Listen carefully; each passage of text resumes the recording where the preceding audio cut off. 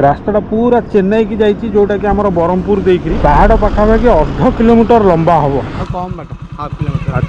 देखो चिलिकार पानी रे सूर्य को किरण पड़ी आमको से जावाक पड़ो डंगा मध्यम गाड़ी आमर आसीगला ये डंगार आम आर पटू को जीवा सेठी कौन अच्छी सेठी कौन व्यवस्था अच्छी पहाड़ रे एपटा नहीं कि बाबा यहाँ हलुची कौन एत जोर बड़ बण यहाँ हूँ लीला क्षेत्र प्रभु ही गुप्त लीला लुचिकी रही ये भोजी भात भी हुई जंगल पहाड़ मझे दूर गोटे मांकड़ रही आईटी गोटे ही मांकड़ अच्छी महाप्रभु जगन्नाथ बलभद्र सुभद्रा यही जगह जगन्नाथ को पाताली कराइला माने गोटे गाढ़ थिला से गाढ़ भितर जगन्नाथ बलभद्र सुभद्रा को महाप्रभु को ये पोती दि जाइतिला।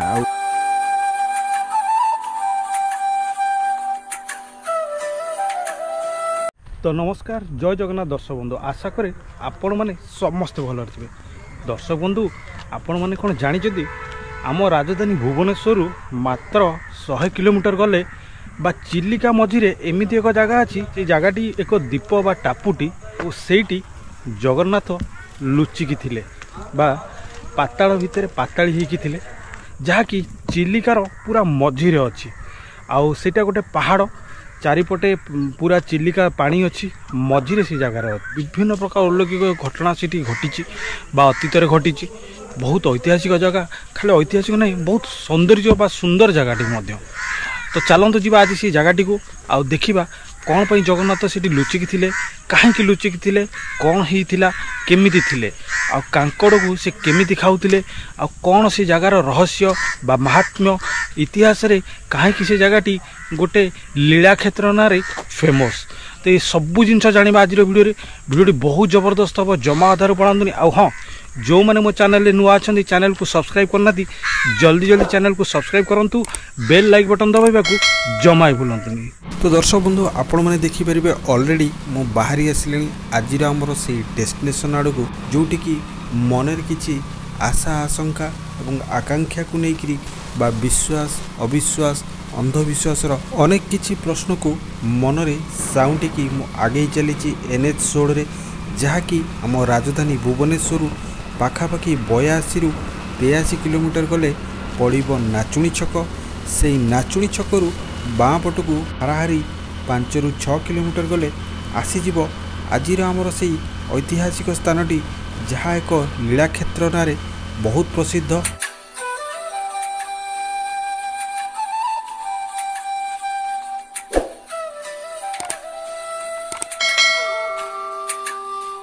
बर्तमान सेपटू आसिली सीधा भुवनेश्वर आसिली आउपटे रास्ता पूरा चेन्नई की जाइए जोटा कि आम ब्रह्मपुर देकरी एपटे देखो केते सुंदर सुंदर लंबा पहाड़ पूरा एमती लंबिकी जाइए पाखापाखि पहाड़ पाखापाखि अर्ध किलोमीटर लंबा हम हाईवेटे भी बहुत सुंदर भाव बनाई आप देखिपारे।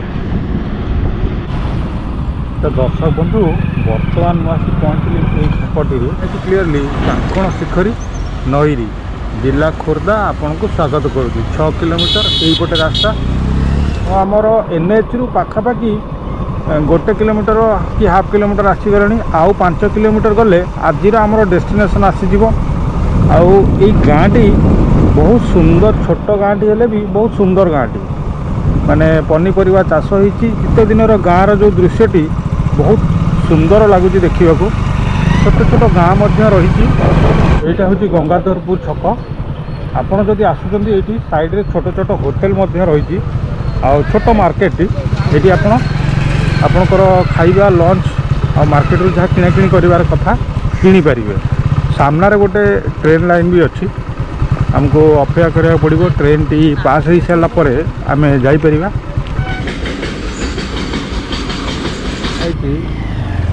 लीला क्षेत्र कांकण शिखरी नईरी कि यहीपटे आरो मार्क अच्छी माने यहीपटे रास्ताटी अच्छी मुझे रास्तार आसली एपटे भी गोटे रास्ता देती सेपटे भी गोटे लेफ्ट को रास्ता देती बट यहीपट को आरो मार्क अच्छे आम यहीपट को जीवा भाई ना कांकण शिखरी की रास्ता कोपटे कांकण शिखरी सीधा गोटे रोड आ केते बाट हम आ कम बाट हाफ किलोमीटर। जंगल परिवेश जलवायु परिवर्तन विभाग ओडिशा सरकार विदेशी पक्षी आम अतिथि पक्षी सुरक्षा आमर दीक्षा। दर्शक बंधु मु बर्तमान पहुँची गली आज आमर जो डेस्टिनेशन थिला लीलाक्षेत्र बा कांकण शिखरी।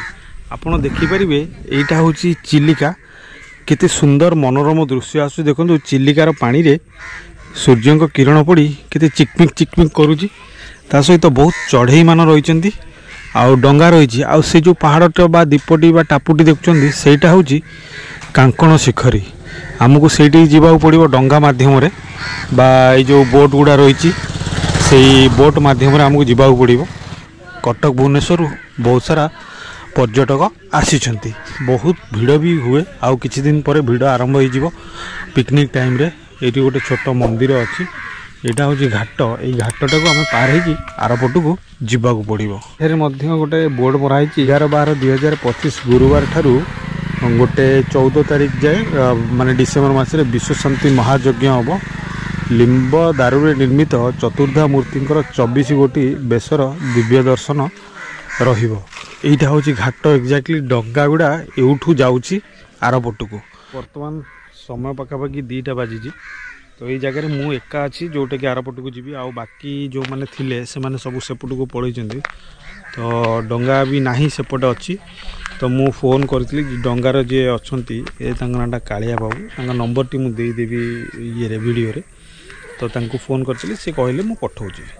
तो सी आसला आम बर्तमान यहीपटू एमती देकरी सेपट को जी पारे मु फोन कली कालिया बाबू को तो डंगाटी आमर आसीगला ये डंगार आम आरपट को जी आरपटे पहुँचिकी आज आमर जो डेस्टिनेशन अच्छी लीलाक्षेत्र कांकण शिखरी सेटा देखा मोर डंगाटी आसीगला आउ डंगाटीर ना हूँ तालध्वज यहाँ नंदीघोष आ सुभद्रा जो रथटा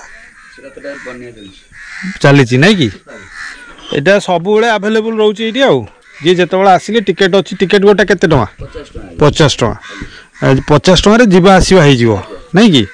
अच्छा ये जो पहाड़ गुड़ा देखा जाउछे एपटे यही डंगा जाउछी अलगा डंगा माने बुकिंग करी जाउछी सेठी कोन अछि सेठी कोन व्यवस्था अछि मंदिर गोटे स्थापना कालीजाई मा मंदिर अछि जो कालीजाई जो सी नो एठी स्थापना मंदिर गोटे। अच्छा यही पहाड़ नहीं कि आ सेपटटा से एही पहाड़ रे यही पहाड़ रे ना ए पहाड़ लास्ट रा एपटटा नहीं कि। अच्छा सेठी भोजी भोजी करे सुविधा अछि पानी पानी पानी नै जाउ पड़ो। अच्छा अच्छा पानी तो ये तो पूरा सब लुणी पानी बेरियल नै जाउ पड़ो बेरेल नहीं जाऊ ना। तो आम बर्तमान डंगा भितर को जीवा यही बाटे चढ़ी जावा आगपटे आसवा नहीं कि सब आगपटे चढ़ाटा उचित। अरे बाबा ये हलुची कौन तो जोर देखिपारे बर्तमान मु अलरेडी बोट को आसीगले बसीगले और किसी व्यक्ति आसिले दर्शक आसबार अच्छी 4-5 जन आसिले आम बाहरी जीवु एका बेले आ। अच्छा भाई एठू कालीजाई की भी जाऊँगी केते समय लगुच डंगार गले 1.5 घंटा आगे लगुच एठू डंगा एठू बुक करिया पड़ुची केते टका अनुमानिक नौचंदी डंगा वाला नौचंदी आगे 3000 टका गोटे डंगा अछि गोटे दिन फुल रहइबो आगे ये 4टा जगह दे परिबे कोडी कोडी सब कालीजाई नळबण चढ़ईगुआ पहाड़ अच्छा तापर कलिश्वर पहाड़ अच्छा जाकी बुली के आसी परिबे संध्या कालीजाई एठू 1.5 घंटा लगुची डंगा रे आ नळबण जायको 15 घंटा लागियो घंटे लगे नळबण जीवे अच्छा सेठी आधा घंटा रहबन सेठी कोन देखिबो चढ़ई देखिबे खाली चढ़ई आगे तापर सेठी कि समय रहला पर कालीजाई जीवे अच्छा मां को दर्शन करी सेठी आधा घंटा रहबे अच्छा सेठी पुंदर दर्शन कला पर आपण चढ़ईगुआ पहाड़ को आसी परिबे। चढ़ईगुआ पहाड़ रे कोन अछि गोटे पहाड़ चढ़ई बोली पहाड़ बोली कहंती। अच्छा चढ़ईगुआ माने बदे पहाड़ रे चढ़ई रहउतिबे सेतले चढ़ईगुआ दिया अछि तापर तापर आ गोटे कलिश्वर ठाकुर बोली गोटे अछंती सेठी दर्शन करके आसीबे।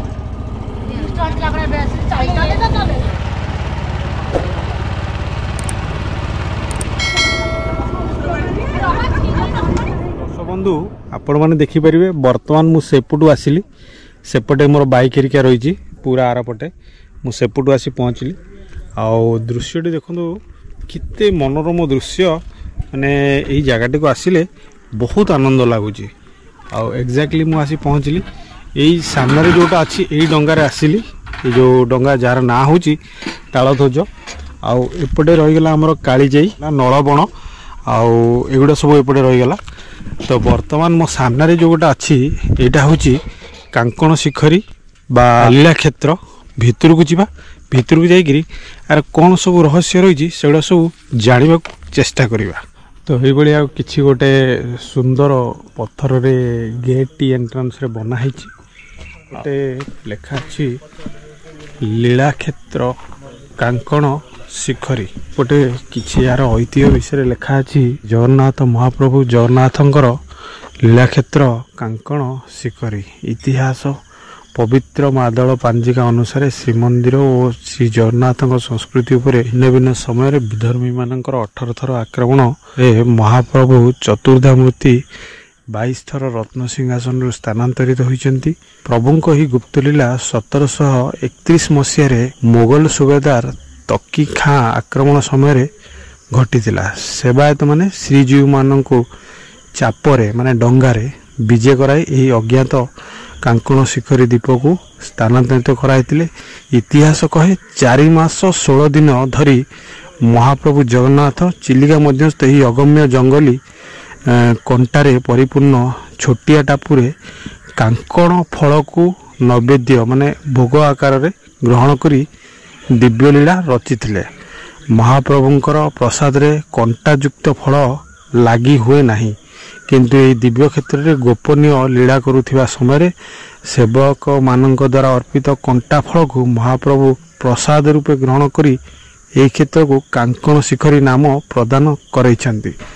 ଏକ୍ଜାକ୍ଟଲି ଦର୍ଶକ ବନ୍ଧୁ, ମୁଁ ଆପଣଙ୍କୁ ସେଇ ଲେଖାଟିରେ ପଢ଼େଇଲି। ଏଇ ଜାଗାଟି ନାମ ହେଉଛି କାଙ୍କଣ ଶିଖରୀ। କାହିଁକି? ଯେତେବେଳେ ମୋଗଲ ସାମ୍ରାଜ୍ୟ ଥିଲା ସେତେବେଳେ ତାଙ୍କର ସେନାପତି ଯେତେବେଳେ ବା କଳା ପାହାଡ଼ ଯାହାର ନାମ କଲା ପୁରୀରେ, ସେତେବେଳେ ଜଗନ୍ନାଥ ମହାପ୍ରଭୁ ଜଗନ୍ନାଥଙ୍କୁ ସେବାୟତମାନେ ଡଙ୍ଗା ମାଧ୍ୟମରେ ଚିଲିକାରେ ନେଇ ଆସିକିରି ଏଇ ଯେଉଁ ଜାଗାଟି ବା ଟାପୁଟି ବା ଦ୍ୱୀପଟି ଏଇଠି ଲୁଚେଇକିରି ରଖିଥିଲେ। ଜଗନ୍ନାଥ କେବେ କଣ୍ଟା ଜାତୀୟ ଫଳ ବା ଭୋଗ ହୁଏ ନାହିଁ ଜଗନ୍ନାଥଙ୍କ ପାଖରେ, ବଟ୍ ଏଇ ଜାଗାରେ ସେତେବେଳେ ଆଉ କିଛି ନଥିଲା, କେବଳ କାଙ୍କଡ଼ ଥିଲା ବା ଯାହାରକୁ କାଙ୍କଣ ମଧ୍ୟ କୁହାଯାଏ। ସେଇ କାଙ୍କଣର ଭୋଗ ଦିଆଯାଉଥିଲା, ସେଥିଲାଗି ଏଇ ଜାଗା ନା କାଙ୍କଣ ଶିଖରୀ ରଖାଯାଇଛି। ଏପଟେ କିଛି ପୂଜା ସାମଗ୍ରୀ ଭୋଗ ଦୋକାନ ଗୁଡ଼ା ରହିଛି। ବହୁତ ଭିଡ଼ ହୁଏ ଏଇ ଜାଗାଟି, ପର୍ଯ୍ୟଟକ ବହୁଳ ମାତ୍ରାରେ ଆସିଥାନ୍ତି। ଏପଟେ କିଛି ଅଛି, ଆମେ ଦେଖିକି ଆସିବା। ଜଙ୍ଗଲ ଟାଇପ୍ର ଗୋଟେ ପରିବେଶ ରହିଛି, ବହୁତ ଉଞ୍ଚା ଉଞ୍ଚା ଗଛ ଗୁଡ଼ିକ ରହିଛି, ଯାହାକି ଗୋଟେ ଜଙ୍ଗଲର ଭ୍ରମ ସୃଷ୍ଟି କରୁଛି। ଲୋକମାନେ ଏଠି ଭୋଜି ଭୋଜି ବି କରିଛନ୍ତି। ଏଟାକୁ ଭୋଜିସ୍ଥଳ ମଧ୍ୟ ଭାବେ ଉପଯୋଗ କରାଯାଏ।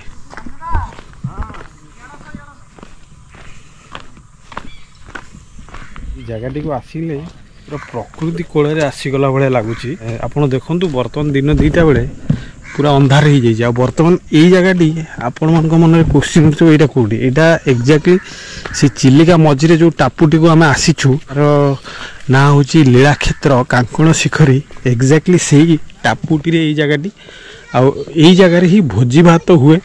ତେବେ ଦର୍ଶକ ବନ୍ଧୁ, ଆମ ଓଡ଼ିଶାରେ ଯେତିକି ଜିନିଷ ଲୁଚିକି ରହିଛି, ତାହା ଯଦି ଲୋକଲୋଚନକୁ ସଠିକ୍ ଭାବେ ଆସିବ ଆଉ ସେଇ ଜାଗାକୁ ପର୍ଯ୍ୟଟକମାନେ ଆସିବେ, ମାନେ ଓଡ଼ିଶାରେ କେତେ ବି ଉନ୍ନତିକରଣ ହେବ ତାହା କହିବା ବା ଆକଳନ କରିବା ମୁସ୍କିଲ। ଆପଣ ଦେଖନ୍ତୁ, କେତେ ଛୋଟ ଜାଗାଟି ହେଲେ ବି ବହୁତ ସୁନ୍ଦର ଜାଗା।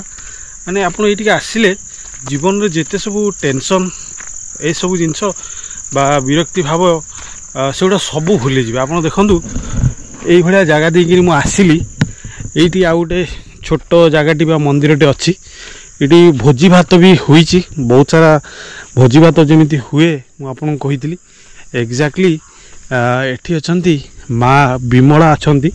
ଆପଣ ଆସିଲେ ପୁରା ବଣ ଜଙ୍ଗଲ ପାହାଡ଼ ମଝିରେ ମା ବିମଳା ଅଛନ୍ତି। ମା ବିମଳାଙ୍କୁ ଦର୍ଶନ କରିପାରିବେ। ଆଉ ଏହା ଚାରିପଟେ ଦେଖନ୍ତୁ, ଏଗୁଡ଼ା ହେଉଛି ସେଇ ଚିଲିକାର ଜଳରାଶି, ଆପଣ ଦେଖିପାରିବେ। ବର୍ତ୍ତମାନ ପୁରା ସେଇ ଟାପୁ ଉପରେ ଅଛି। ଆଉ ଏଇଠି ଦେଖନ୍ତୁ, ସୁନ୍ଦର ଭାବେ ବସିବା ଲାଗି ମଧ୍ୟ ବ୍ୟବସ୍ଥା କରାଯାଇଛି। ମୁଁ ବହୁତ ଜାଗା ଆପଣଙ୍କୁ ଦେଖେଇଛି, କିନ୍ତୁ ଏଇଭଳିଆ ଜାଗାଟି ଆପଣମାନଙ୍କୁ ମୁଁ ଅନ୍ତରର ସହିତ ରିକ୍ୱେଷ୍ଟ କରିବି, ଯେଉଁମାନେ ନ ଆସିଛନ୍ତି ନିଶ୍ଚିନ୍ତ ଆସନ୍ତୁ। ବହୁତ ବଢ଼ିଆ ଲାଗିବ। କିଛି ସମୟ ଏଠି ବିତାନ୍ତୁ, ବେଶୀ ନାହିଁ ଘଣ୍ଟେ ବିତାନ୍ତୁ। ବେଶୀ ଦୂର ବି ନାହିଁ, ରାଜଧାନୀରୁ ମାତ୍ର 3 ଘଣ୍ଟା 2 ଘଣ୍ଟାରୁ 2.5 ଘଣ୍ଟା 3 ଘଣ୍ଟା ମ୍ୟାକ୍ସିମମ୍ ଆପଣ ଡିଷ୍ଟାନ୍ସରେ ପାଇଯିବେ, ଯେଉଁଟାକି 100 କିଲୋମିଟର ଦୂରରେ। ଆଉ ରାସ୍ତା ବି ବହୁତ ଭଲ ଅଛି। ଆପଣ ଆସନ୍ତୁ, ସମୟ ବିତାନ୍ତୁ, ବହୁତ ବଢ଼ିଆ ଲାଗିବ। ପୁରା ଯେମିତି ଆପଣ ଭଗବାନଙ୍କ ସହିତ ପ୍ରକୃତିର ଉପଭୋଗ କରିପାରିବେ। ବିଭିନ୍ନ ପ୍ରକାର ଗଛମାନ ଏଠି ରହିଛି, ଯେମିତିକି ଏଇଟା ପଣସ ଗଛ, ଆଉ ଏଗୁଡ଼ା ସବୁ କଇଁଆ ଗଛ ରହିଛି। ତା ସହିତ ଏପଟେ ଗୋଟେ ଓଉ ଗଛ, ଆପଣମାନେ ଜାଣିଥିବେ ଓଉ ଖଟା ବହୁତ ଫେମସ୍, ଏଇଟା ଓଉ ଗଛ। ଆଉ ଏଇଟା ହେଉଛି ପଣସ ଗଛ। ଏଇ ଟାଇପ୍ର କିଛି ଅନେକ ଗଛ ବୃକ୍ଷରେ ଏଇ ଜାଗାଟି ଭରି ଅଛି, ଯାହାକି ଏହାର ସୌନ୍ଦର୍ଯ୍ୟକୁ ମନମୁଗ୍ଧ କରୁଛି। ବହୁତ ସାରା କଦଳୀ, ସଜନା, ଚାଖୁଣ୍ଡା ବିଭିନ୍ନ ପ୍ରକାର ଗଛରେ ଏଇ ଜାଗାଟି ଭରପୁର ରହିଛି। ଏପଟେ ଗୋଟେ କୂଅ ମଧ୍ୟ ଅଛି, ବହୁତ ପୁରୁଣା କୂଅଟି। ଆମେ ଯାଇକି ଦେଖିବାକୁ ଚେଷ୍ଟା କରିବା।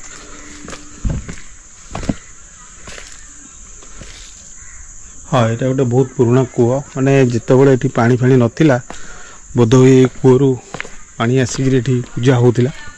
ଜାଗାଟି ବେଶୀ ବଡ଼ ନୁହେଁ, ଯେହେତୁ ପ୍ରକୃତି କୋଳରେ ରହିଛି ବା ପ୍ରକୃତି ଦ୍ୱାରା ଏଇ ଜାଗାଟି ସୃଷ୍ଟି, ତାର ସୌନ୍ଦର୍ଯ୍ୟ କହିଲେ ନ ଚଳେ। ଏଭଳି କିଛି ଗଛ ବୃକ୍ଷ ଲଗାଯାଇକିରି ମାନେ ଏଇଟାକୁ ପାର୍କ ଟାଇପ୍ର କିଛି ଆଖ୍ୟା ଦିଆଯାଇଛି।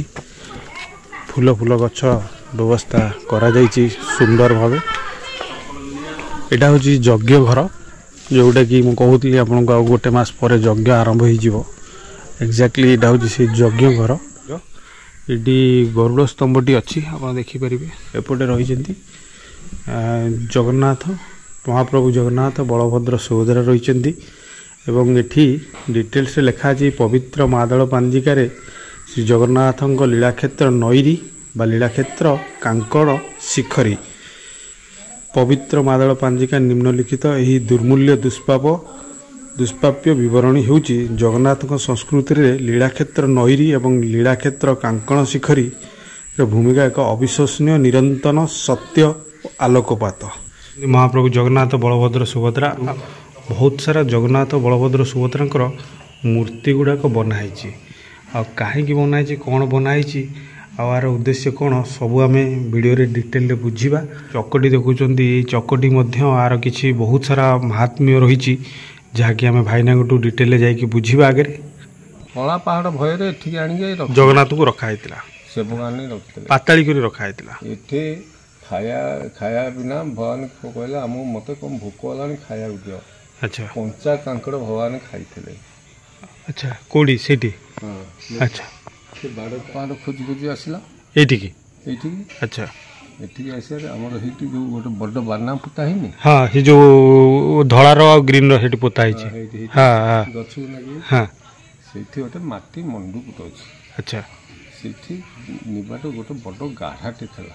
ଆଚ୍ଛା, ସେ ଗାଢ଼ାରେ ତୁଳସୀ ଗଛ ଉଠିଥିଲା। ଆଚ୍ଛା, ଯେତେବେଳେ ପୁରୀ ରାଜା ଗଜପତି ରାଜା ଏଠି ଆସିଲେ, ହଁ, କହିଲେ ଏ ଗାଢ଼ାରେ ଠାକୁରଙ୍କୁ ସେବକମାନେ ଲୁଚେଇକି ରଖିଥିଲେ। ହଁ, ସେଠି ଗାଢ଼ ଭିତରେ ପୋତିକି ରଖିଥିଲେ। ସେଇଠି ଗୋଟେ ଗାଢ଼ ଥିଲା, ସେଇ ଯେଉଁ ଗଛ ହେଇଛି, ଯେଉଁ ପତାକା ବାନା ପୋତା ହେଇଛି, ସେତେବେଳେ ଏଇ ପଥର ବାହାରିଥିଲା। ଏଇଟା ଏଇଥିରେ କ'ଣ ହେଉଥିଲା? ଚନ୍ଦନ ଘୋରିକି, ଏଇଥିରେ ଚନ୍ଦନ ଘୋରିକି ଲଗା ହେଉଥିଲା, ଚନ୍ଦନ ବେଶ କରୁଥିଲେ, ବେଶ ହେଉଥିଲା। ହଁ, ଆଉ ଏଇଟା ତ ଜଙ୍ଗଲ ଥିଲା। ସେଠି ଏ ବାକ୍ସ ଆରପଟେ ଗୋଟେ ପଥର ନାହିଁ। ଆଚ୍ଛା, ହଁ, ସେଠି ଦୀପ, ଆଚ୍ଛା, ଦୀପଟା ବାହାରିଥିଲା। ଦୀପ ନଗଉଥିଲେ ସେତେବେଳେ ସେବକମାନେ। ଆଚ୍ଛା, ତାହେଲେ ଏହାର ରହସ୍ୟ ହେଉଛି ଏଇଆ ଯେ ଆମର ଯେତେବେଳେ କଳାପାହାଡ଼ ଆକ୍ରମଣ କଲା, ସେତେବେଳେ ମହାପ୍ରଭୁ ଜଗନ୍ନାଥଙ୍କୁ ଏଇ ଜାଗାରେ ଆଣି ସେବାୟତମାନେ ଲୁଚେଇଥିଲେ। ଯେହେତୁ ଏଇଟା ପୁରା ଚିଲିକା ଚାରିପଟେ ପାଣି ଥିଲା, ଆଉ ମଝିରେ ଦୀପଟା ଥିଲା ବା ଟାପୁଟା ଥିଲା, ତ ସେଥିପାଇଁ ଖାଇବାକୁ ନ ମିଳେ ଆସେ ଭଗବାନ କହିଲେ ମୋତେ ଭୋକ ହେଲାନି, କ'ଣ କଞ୍ଚା କାଙ୍କଡ଼ କେବେ କଣ୍ଟା ଜାତୀୟ ଖାଦ୍ୟ ଖାଆନ୍ତିନି, ଭଗବାନଙ୍କୁ ଭୋଗ ହୁଏନି, ତ ଭୋକ ଉପାସରେ ତ ସବୁ ତ ହବ। ହଁ, ସେଇ ସାହସେ କଞ୍ଚା କାଙ୍କଡ଼ ଖାଇଥିଲା। ହଁ, କାଙ୍କଡ଼ ଖାଇଥିଲେ, ତ ସେଥିଲାଗି ହଁ ସବୁ ଲେଖା। ଏ ଯେଉଁ 650 କିଲୋ ଯେଉଁ ରଥ ଚକାଟା, ଏଇଟା ଆମର ଯେଉଁ ନବକଳବରର ଯେଉଁ ଚକା ନାଇଁ କି, ଯେଉଁଟା ଥୁଆ ହେଇଛି। ବନ୍ଧୁ ଦେଖିଲେ, ସିଏ ଥିଲା ପ୍ରମୁଖ ମନ୍ଦିର। ଆଉ ଏଇଠି ଗୋଟେ ଛୋଟ ଉଦ୍ୟାନ ଟାଇପ୍ର ମଧ୍ୟ କରାହେଇଛି, ବିଭିନ୍ନ ପ୍ରକାର ଗଛ ଗୁଡ଼ା ଲଗା ହେଇଛି, ବହୁତ ସୁନ୍ଦର। ଆଉ ଏପଟେ କିଛିଟା ରୁମ୍ ଅଛି, ଯେଉଁଟାକି ପୂଜାରୀ ମାନେ ରହିବାକୁ। ଆଉ ସେଠି ସୋଲାର ବ୍ୟବସ୍ଥା ହେଇଛି, କାହିଁକିନା ଏଠି ଲାଇଟ୍ର ବ୍ୟବସ୍ଥା ନାହିଁ, ଲାଇଟ୍ ତ ଆସିପାରିବନି ଚିଲିକା ପାର ହେଇକି। ଆଉ ଗୋଟେ କଥା ଇଣ୍ଟରେଷ୍ଟିଂ ଏଠି ମୁଁ ଶୁଣିବାକୁ ପାଇଲି, ଯାହାକି ଏଠି ଠେକୁଆ ମାନେ ରଖା ହେଇଛି। ଇଣ୍ଟରେଷ୍ଟିଂ ଜିନିଷ ଶୁଣିବାକୁ ପାଇଲି କି ଏ ଭିତରେ ଗୋଟେ ମାଙ୍କଡ଼ ଅଛି। ସେ ମାଙ୍କଡ଼ କେଉଁଠୁ ଆସିଛି, କ'ଣ କରିଛି, କେହି ଜାଣିନାହାନ୍ତି। ଗୋଟେ ସେ ଗୋଟିଏ ଅଛି, ଆଉ ଆମେ ଖୋଜିକି ତାକୁ ଦେଖିବାକୁ ଚେଷ୍ଟା କରିବା। ସେ ମାଉସୀ ସେପଟେ ଡାକୁଛନ୍ତି ଆଉ ସେପଟେ ରୋଷେଇବାସ ବି ହେଉଛି। ବନ୍ଧୁ ମୁଁ ଆପଣଙ୍କୁ ଯେମିତି କହିଥିଲି ଏକ୍ଜାକ୍ଟ ଏଇ ଜାଗାରେ ଦେଖନ୍ତୁ ଓ ସେ ଦୂରରେ ଆଉ ବଣ ତ ଅଛି ଅନ୍ଧାର ହେଇଗଲାଣି ଯାଇ ହେଉନି। ସେ ଦୂରରେ ଗୋଟେ ମାଙ୍କଡ଼ ରହିଛି ଯିଏକି କହିବା ଏଠିକାର ଲୋକଙ୍କ କହିବା ମୁତାବକ ଯେ ମାଙ୍କଡ଼ଟି କେବେ କେଉଁଠୁ କେମିତି ଆସିଲା ତାହା କେହି ଜାଣିନାହାନ୍ତି, କ'ଣ ପାଇଁ ବି ଆସିଲା ତାହା କେହି ଜାଣିନାହାନ୍ତି। ଆଉ ଏଠି ଗୋଟିଏ ହିଁ ମାଙ୍କଡ଼ ଅଛି, ଆଉ କେହି ମାଙ୍କଡ଼ ନାହାନ୍ତି। ଏଠି କିଛି ବିଜ୍ଞ ବ୍ୟକ୍ତିଙ୍କଠୁ ମୁଁ ବୁଝୁଥିଲି ଯେହେତୁ ମହାପ୍ରଭୁ ଜଗନ୍ନାଥ ବିଷ୍ଣୁ ଅବତାର ତ ତାଙ୍କ ପାଖରେ ହନୁମାନ ତ ରହିବେ ନିଶ୍ଚିନ୍ତ। ଏକ୍ଜାକ୍ଟଲି ସେଇ ମାଙ୍କଡ଼କୁ ଏଠି ହନୁମାନଙ୍କର ରୂପ ଦିଆହେଇଛି, ସେ ସେଇ ଭିତରେ ବସିଛି। ଯେହେତୁ ପୁରା ଅନ୍ଧାର ଅଛି ଓ ସେଇଠି ଆପଣ ଦେଖିପାରିବେ ପୁରା ସେ କୋରଡ଼ ଭିତରେ ବସିଛି। ତ ସେପଟୁ ମୁଁ ଅଲରେଡ଼ି ଦର୍ଶକ ବନ୍ଧୁ ଆସିଗଲେଣି ଅଲରେଡ଼ି ବୁଲିକିରି, ମୁଁ ଆପଣଙ୍କୁ ଡିଟେଲ୍ ଦେଖାଇ ଦେଲିଣି। ଆଉ ଏପଟେ ଦେଖିପାରିବେ ଏଇ ଯେଉଁ ଗଣେଶ ନନାଙ୍କ କହିବା ମୁତାବକ ଏଇ ଗଣେଶଙ୍କ ମୂର୍ତ୍ତିଟି ଏଇ ଜାଗାରେ ଅଟୋମେଟିକ୍ ମାନେ ପାତାଳ ତଳୁ ମାନେ ମାଟି ତଳୁ ବାହାରିଛି, ଯାହାର ନାଁ ହେଉଛି ବଟ ଗଣେଶ ବା କଳ୍ପବଟ। ଏଇ ଭିଡ଼ିଓ ମାଧ୍ୟମରେ ମୁଁ ଆମ ସରକାରଙ୍କୁ ଟିକେ ନିବେଦନ କରିବି ଯେ ପୂର୍ବ ସରକାରଙ୍କ ତରଫରୁ କିଛି ଏ ଜାଗାରେ କରାଯାଇଥିଲା ଉନ୍ନତିମୂଳକ କାର୍ଯ୍ୟକ୍ରମ, ବଟ୍ ତାହା ଯେହେତୁ ସରକାର ଚେଞ୍ଜ ହୋଇଗଲେ ତାହା ଅଧାରେ ରହିଯାଇଛି। ଆପଣ ଦେଖିପାରିବେ ଏଇଟା ହେଉଛି ଠିକ୍ ଏଣ୍ଟ୍ରାନ୍ସ ବା ସାମ୍ନା ଜାଗାଟି। ଏଇ ଜାଗାରେ ବହୁତ ସାରା ପଡ଼ିଆ ହେଇକି ପଡ଼ିଛି। ଏଠି ଯଦି କିଛି ସୁନ୍ଦର ସୁନ୍ଦର ବୃକ୍ଷରୋପଣ କରାଯିବ, କିଛି ଲୋକଙ୍କୁ ଏଠି ନିଯୁକ୍ତି କରାଯାଇକରି ତା'ର ପ୍ରକୃତ ସଠିକ୍ ଭାବେ ମାନେ ତତ୍ତ୍ୱାବଧାନ ନିଆଯିବ, ତାହେଲେ ଏଇ ଜାଗାଟି ସୌନ୍ଦର୍ଯ୍ୟ ବୃଦ୍ଧି ପାଇବ। ବହୁତ ସାରା ପର୍ଯ୍ୟଟକ ଆସିବେ। ବହୁତ କିଛି ଜିନିଷ ମାନେ ଏଇଠି ଆମର ପୁରୁଣା ଇତିହାସ ସହିତ ଜଡ଼ିତ ଜିନିଷ ଏଠି ଲୁକାୟିତ ହେଇକି ରହିଛି। ଏଇଠି ମଧ୍ୟ ନିକଟରେ ଏହା ବନା ହେଇଥିଲା, ଗୋଟେ ଶ୍ରୀକ୍ଷେତ୍ର ଟାଇପ୍ର ଆମର ବନା ହେଇଥିଲା ପଥରରେ। ଠିକ୍ ସାମ୍ନାରେ ଗରୁଡ଼ ମଧ୍ୟ ଅଛନ୍ତି। ଦର୍ଶକ ବନ୍ଧୁ ଅଲରେଡ଼ି ମୁଁ ପଳେଇ ଆସିଲିଣି ଆମର କାଙ୍କଣ ଶିଖରୀ ବା ଯେଉଁ ଲୀଳାକ୍ଷେତ୍ରର ପୁରା ରେଡ଼ି, ଡଙ୍ଗା ଛାଡ଼ିବ ଏବେ। ତ ଏଇଟା ଥିଲା ଦର୍ଶକ ବନ୍ଧୁ ଆଜିର ମୋର ଏକ ଛୋଟ ଭିଡ଼ିଓ ଯେଉଁଟା କି ଲୀଳାକ୍ଷେତ୍ର କାଙ୍କଣ ଶିଖରୀ ଉପରେ। ଆଶା କରୁଛି ଭିଡ଼ିଓଟି ଆପଣଙ୍କୁ ନିଶ୍ଚିନ୍ତ ଭଲ ଲାଗୁଥିବ। ଭିଡ଼ିଓଟି ଭଲ ଲାଗିଥିବ ଲାଇକ୍ ଆଉ ସେୟାର କରିବାକୁ ଜମା ବି ଭୁଲିବେନି। ଆଉ ଚ୍ୟାନେଲରେ ଯଦି ନୂଆ ଥିବେ ଜଲ୍ଦି ଜଲ୍ଦି ଚ୍ୟାନେଲକୁ ସବସ୍କ୍ରାଇବ୍ କରିଦେବେ, ବେଲ୍ ଲାଇକ୍ ବଟନ୍ ଦବାଇବାକୁ ଜମା ବି ଭୁଲିବେନି। ପୁଣି ଦେଖା ହେବ ମୋର ଆଉ ଏକ ଭିଡ଼ିଓରେ ନୂଆ ରୂପରେ ନୂଆ ଜାଗାରେ। ସେଥି ପର୍ଯ୍ୟନ୍ତ ନମସ୍କାର, ଜୟ ଜଗନ୍ନାଥ।